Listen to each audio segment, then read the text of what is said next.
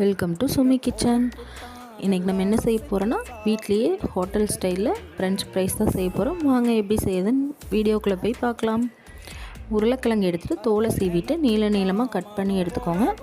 அதனால் 2 தண்ணியில் வாஷ் பண்ணிவிட்டு ஒரு ஆஃப் பாயில் பண்ணி எடுத்துக்கோங்க.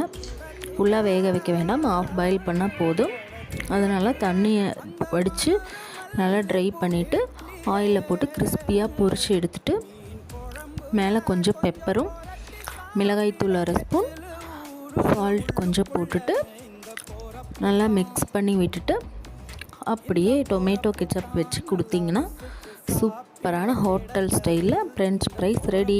குழந்தைங்க விரும்பி சாப்பிடுவாங்க. எல்லோரும் கண்டிப்பாக இதை ட்ரை பண்ணி பாருங்கள்.